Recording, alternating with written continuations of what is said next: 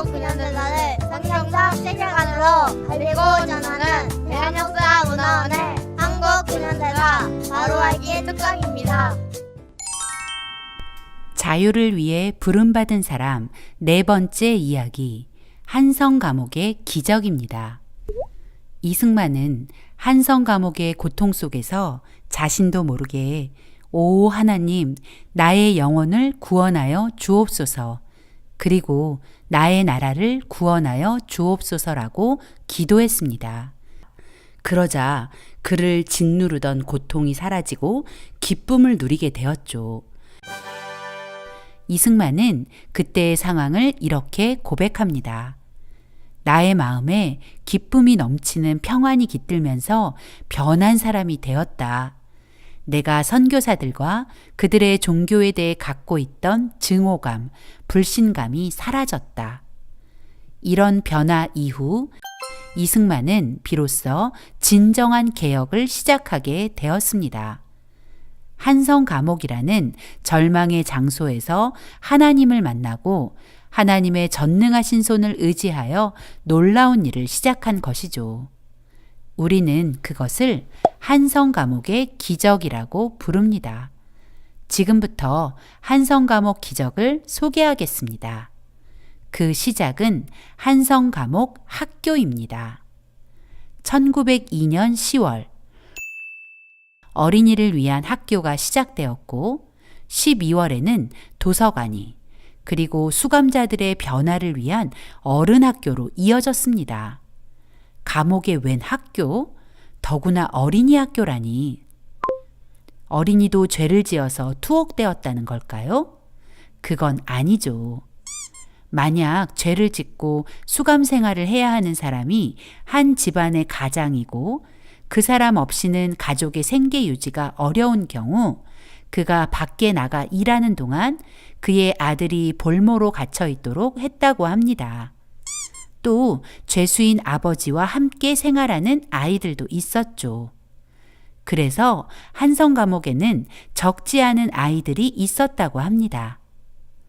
이승만은 그 아이들을 위해 한성 감옥에 학교를 만들고 성경, 국어, 영어, 역사, 세계사를 가르치기 시작했습니다.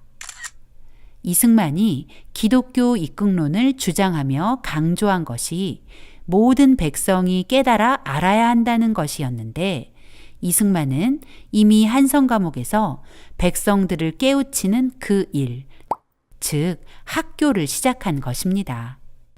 이승만은 어린이들만 교육한 것이 아니었고 함께 수감 생활하던 동료 죄수들을 계몽하는 일도 시작했습니다.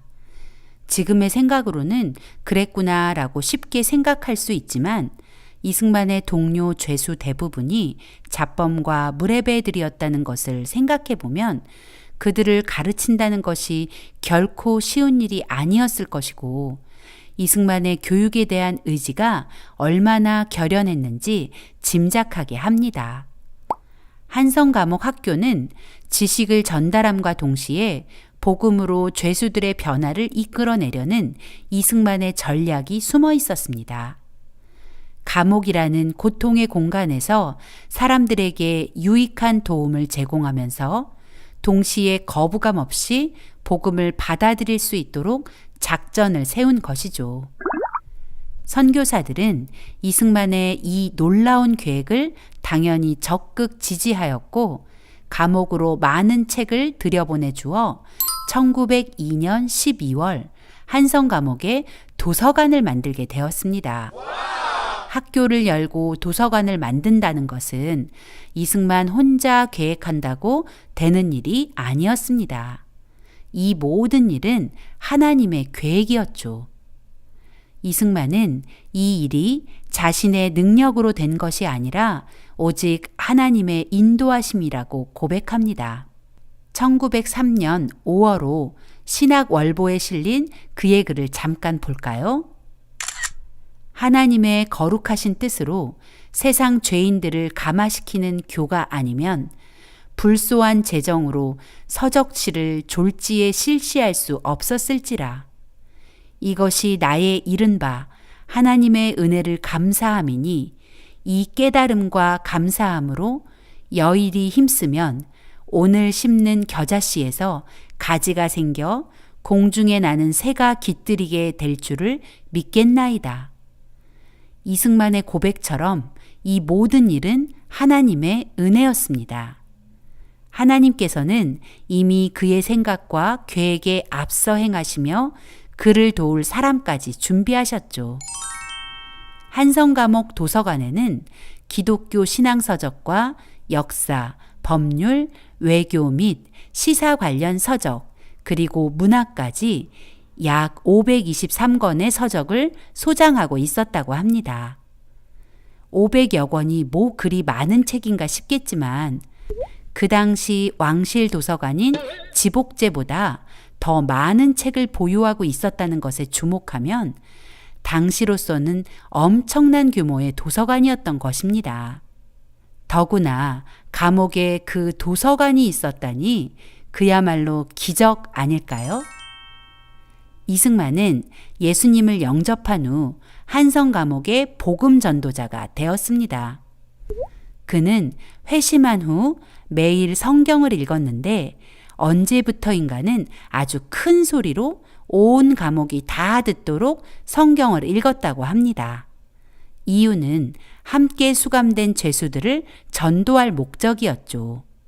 놀랍게도 죄수들은 성경 읽는 소리를 싫어하지 않았고 더구나 성경 읽는 것을 저지해야 하는 간수들마저도 성경 이야기에 빠져들곤 했다고 합니다. 그런 노력으로 함께 수감된 양반들 40명이 예수님을 믿게 되었습니다. 조선에서 한 번에 40명이나 되는 양반이 복음을 듣고 구원받게 된 것은 전에 없던 놀라운 일이었죠.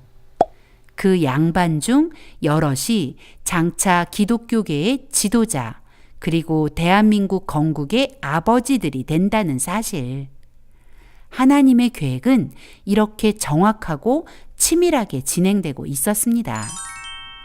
1902년 9월, 콜레라가 대한제국을 휩쓸었습니다. 전국적으로 2만 3천여 명이 콜레라로 목숨을 잃었죠.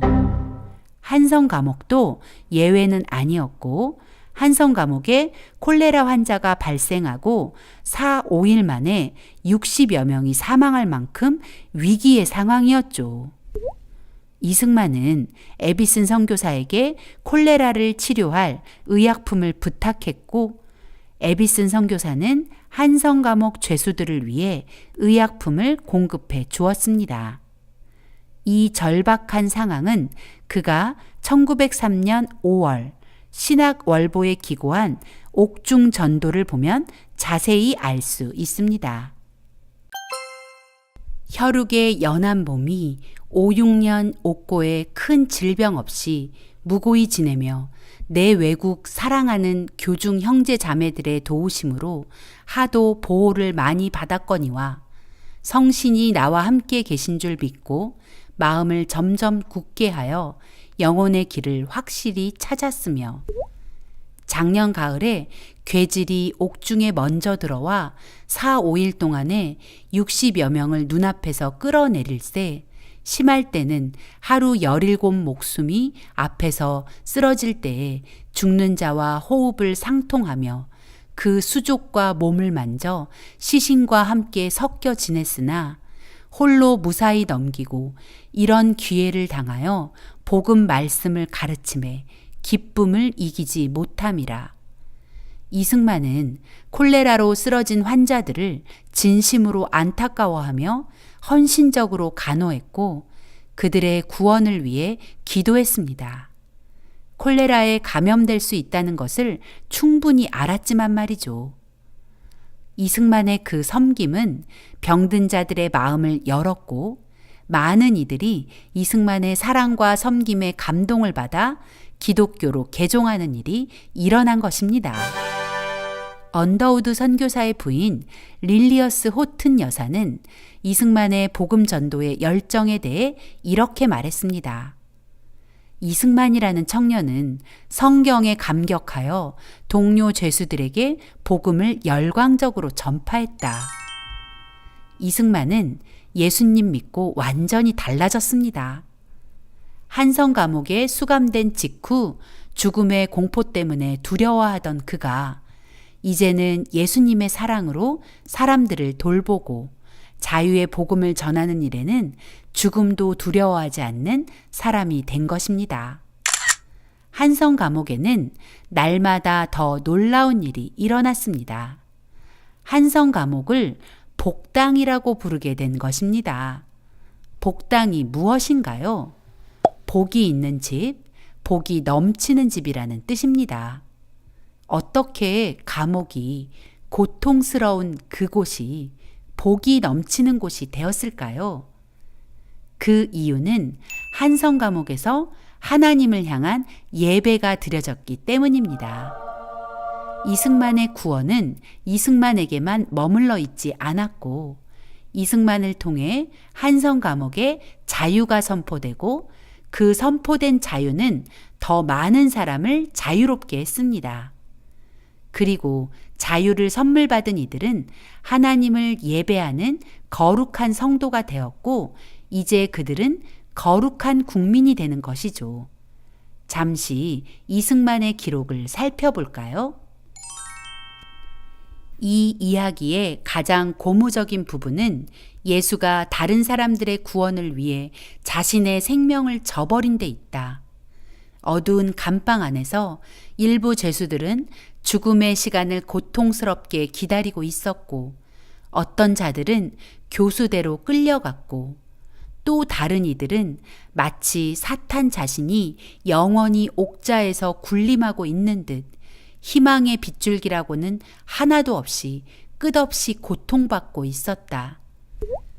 그런 시간과 그런 상황에서 우리 각자는 예수가 다른 사람들의 구원을 위해 고통을 받았다고 믿었고 예수가 당한 무고와 불의는 너무나 현실적이고 참된 것이어서 우리 각자가 이상스럽게도 가슴이 뜨거워지는 것을 경험하였다. 구원의 놀라운 은혜를 경험한 이승만과 그의 동지들은 성령 세례를 경험했습니다. 성령님께서 그 사람들 가운데 충만하게 임재하시니 찬송가의 한 소절처럼 주 예수와 동행하니 그 어디나 하늘나라 이런 놀라운 변화가 일어난 것입니다. 인생의 목적이 바뀌는 순간이었죠. 그렇게 이승만과 그의 동지들은 어떤 상황에서도 물러서지 않은 용사들이 되어가는 중이었습니다. 게일 선교사는 한성 감옥에서의 이 놀라운 기적을 1909년 출간한 전환기의 조선이라는 책에 이렇게 적었습니다.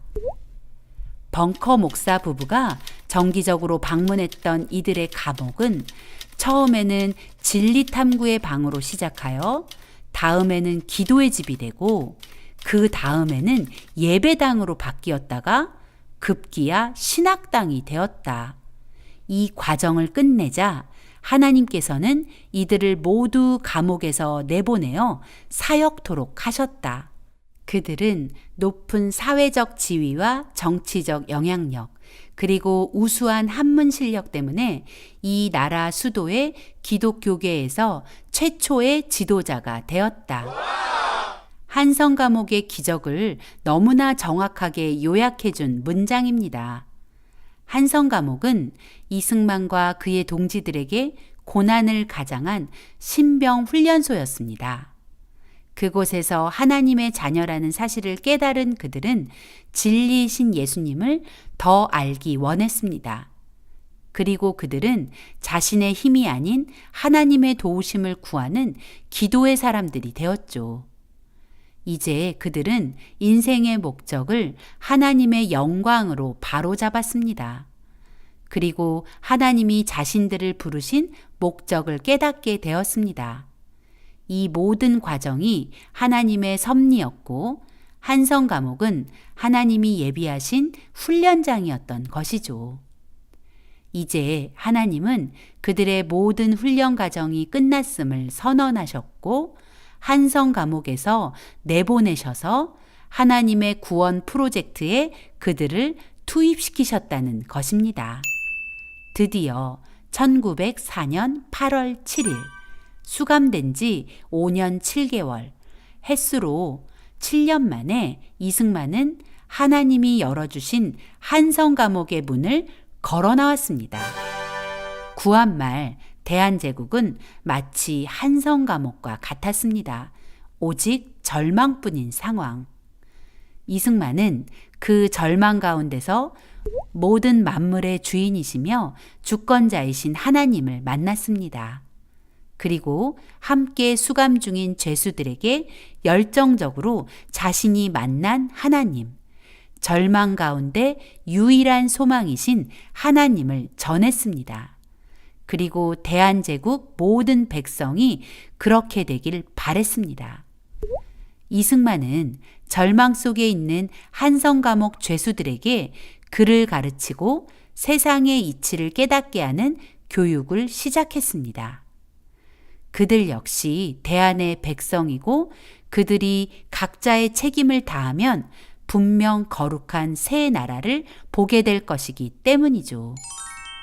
한성 감옥은 기독교를 근본으로 삼은 사람들이 배움을 통해 세상의 이치를 알게 되면서 당장 눈에 보이는 한계와 고통은 더 이상 아무런 문제가 되지 않는 복된 장소로 바뀌어 버렸습니다.